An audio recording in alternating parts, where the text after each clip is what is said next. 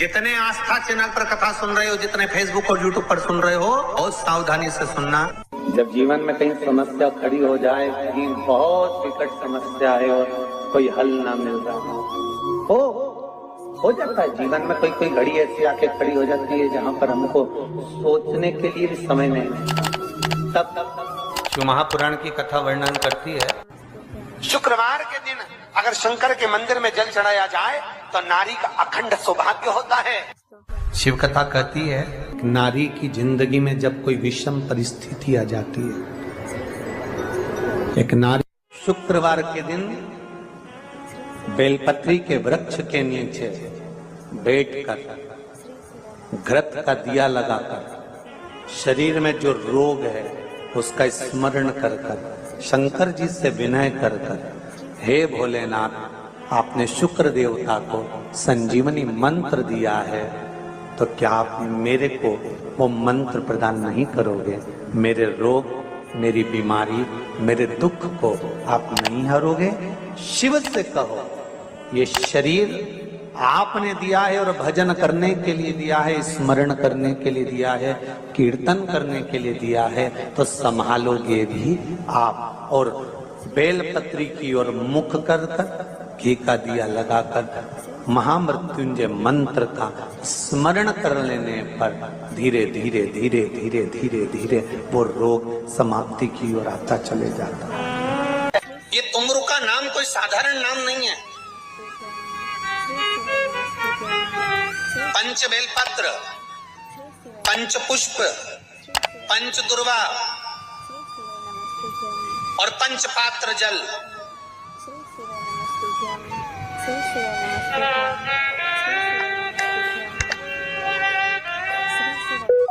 पांच पुष्प, पांच बेलपत्र, पांच दुर्वा और पांच पात्र, मतलब 5 लोटा जम के बोलो जल। ये कोई साधारण नहीं। पंच बेलपत्र के साथ, पंच पुष्प के साथ, पंच दुर्वा के साथ, पंच पात्र जल के साथ, ये सहजता नहीं है। बहुत ध्यान दीजिएगा। बहुत जिन जिन बच्चों के विवाह में देरी हो रही हो, बेटा बेटी के विवाह में देरी हो रही हो, या सफेद आंकड़े की जड़ तुमरुका जी के नाम से बांधने के बाद भी गर्भ नहीं ठहर रहा, तो ये नंदीश्वर शिव महापुराण की कथा खगड़िया में जो चल रही है बिहार में, इसके आज शुरू के दिन की कथा का स्मरण करिएगा। 5 बेलपत्र, 5 दुर्वा, 5 पुष्प और 5 लोटा जल। सोमवार के दिन शिव जी के मंदिर में प्रातः के समय पर बाबा को 1 बेलपत्र, 1 दुर्वा, 1 पुष्प, 1 लोटा जल समर्पित कर कर थोड़ी देर रोककर श्री शिवाय नमस्तुभ्यम या पंचाक्षर मंत्र ओम नमः शिवाय स्मरण कर कर, महामृत्युंजय मंत्र का स्मरण कर कर, फिर बेलपत्र, फिर दुर्वा, फिर पुष्प, फिर जल। ऐसा 5 पंच बेलपत्र, पंच दुर्वा, पंच पुष्प, पंच पात्र जल तुमरुका जी का नाम लेकर समर्पित कर कर उस जल का आचमन करिए। 5 सोमवार या 7 सोमवार करिए, बाबा गर्भ अवश्य ठहराएगा और संतान अवश्य हो। तुमरुका जी के नाम का स्मरण ही जीव का आनंद दे जाता है। बोल तुमरुकेश्वर महादेव की, नंदीश्वर महादेव की। शिवाय नमस्तुभ्यम। एक प्रश्न आपके भीतर, शिव महापुराण की कथा कहती है, विद्येश्वर संहिता कहती है कि 1 लोटा जल जब हम महादेव को चढ़ाते हैं, शिव जी को समर्पित करते हैं, तो उसमें से 1 अंश पितरों के पास चले गया, 1 अंश पूर्वजों के पास चले गया, 1 अंश वास्तु शास्त्र के वास्तु के देवता के पास चले गया, 1 अंश नारायण के पास चले गया, 1 अंश ब्रह्मा जी के पास चले गया, 1 अंश इंद्र के पास चले गया। विद्येश्वर संहिता कहती है कि शंकर जी पर समर्पित जल के 33 कोटि देवी देवताओं के हिस्से हो जाते हैं केवल 1 लोटे जल में से, 1 लोटा जल में से। 33 कोटि देवताओं के हिस्से हो जाते हैं 1 लोटा जल में से। अब आपसे प्रश्न ये है, जब से शिव महापुराण की कथा टीवी पर चालू हुई, जब से शिव महापुराण की कथा भारत के लोगों ने, विश्व के लोगों ने सुनना प्रारंभ करा, जब से शिव महापुराण की कथा लोग श्रवण करना प्रारंभ करे, सुनना प्रारंभ करे, तब से आज तक और उसके पहले का समय निकाल कर देखना। पहले जब आप किसी को पत्रिका दिखाते थे, हाथ दिखाते थे, तो लोग कहते थे कि पितृदोष है।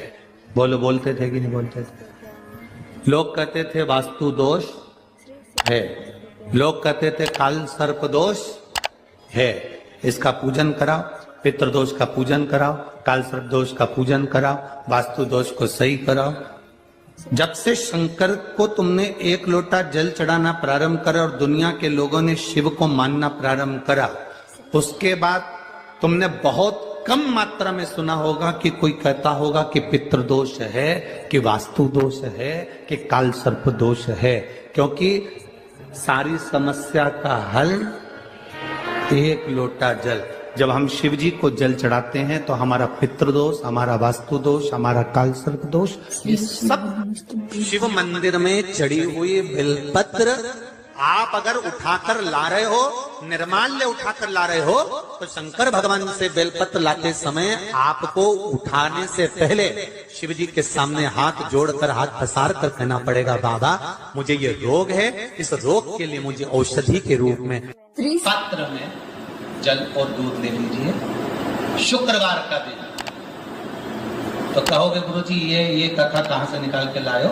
तो विष्णु पुराण में से आप उसको स्मरण कर सकते। कहने से विष्णु, एक पात्र में देसी गाय का दूध, जल उसमें रखकर, और आपके यहाँ अगर लड्डू गोपाल हो, यदि आपके घर में ठाकुर जी हो, लड्डू गोपाल हो, विष्णु जी का कोई स्वरूप हो, श्री हरि का कोई स्वरूप हो, तो उस पर शुक्रवार के दिन आप संध्या के समय पर दुर्वा डालकर, उस दुर्वा से अगर लक्ष्मी जी के नामों का 108 बार उच्चारण कर कर, घी का दिया लगाकर, कैसर के चावल साथ में रखकर केवल उस जल का और दूध का मात्र छींटा देते हो, तो उसके घर में कभी लक्ष्मी की कमी नहीं आ सकती, संपदा बढ़ती चली जाती है। 108 बार लक्ष्मी के नाम का मात्र उच्चारण कर लेने पर, भगवान विष्णु के चरणारविंद पर, भगवान विष्णु के चरणों पर केवल उस दुर्वा का जल का, दूध का सिंचन कर देने से भी लक्ष्मी की भक्ति है। अगर कोई काम अटक रहा है, नहीं हो रहा, बहुत प्रयास करा, तो भगवान शंकर के मंदिर में 5 बेलपत्र चढ़ाइए। और शंकर भगवान की जो छोटी लड़की है अशोक सुंदरी, आपको बताया था ना, अशोक सुंदरी का स्थान, भगवान शंकर की 6 लड़कियां हैं, उसमें से सबसे छोटी लड़की अशोक सुंदरी की जगह पर एक बेलपत्र चढ़ाइए। फिर एक बेलपत्र नंदीकेश्वर पर चढ़ाइए, और नंदीकेश्वर पर चढ़ाने के बाद भगवान शंकर के मंदिर के बाहर चौखट पर दिया लगा दीजिए साइड में, और फिर अपने घर पर आ जाइए, आपका कार्य सफल होना प्रारंभ हो जाए। नंदीकेश्वर। जब दुनिया के लोगों के पास में सुख आ जाता है तब भगवान मुझे सुख देता है, जब दुनिया का भला हो जाता है तब मेरा भला होता है। भगवान मेरी सुनता नहीं, सब राहें बंद है मेरी, कोई रास्ता सूझ ही नहीं रहा। अगर मौका मिल जाए, एक बेलपत्र, एक बेलपत्र, एक धतूरा, धतूरा जानते हो? अरे बोलो तो जम के, जानते हो ना? एक बेलपत्र, एक धतूरा, एक शमी पत्र, अगर मौका मिल जाए, एक बेलपत्र, एक बेलपत्र, एक धतूरा, धतूरा जानते हो? अरे बोलो तो जम के, जानते हो ना? एक बेलपत्र, एक धतूरा, एक शमी पत्र। कुछ ना कुछ टेंशन मेरी जिंदगी में है, तो कभी मौका मिल जाए, जिस दिन तुम्हारे हाथ में ये सभी चीजें हों, बेलपत्र, धतूरा, पुष्प, शमी पत्र, चावल का एक दाना, ये सब तुम्हारे हाथ में हो। शमी पत्र कितना? एक बेलपत्र, एक धतूरा, एक शमी पत्र और एक सफेद पुष्प, केवल एक सफेद पुष्प, एक आखा चावल का दाना। आखा का मतलब जानते हो? मतलब पूरा, सेगा चावल का दाना,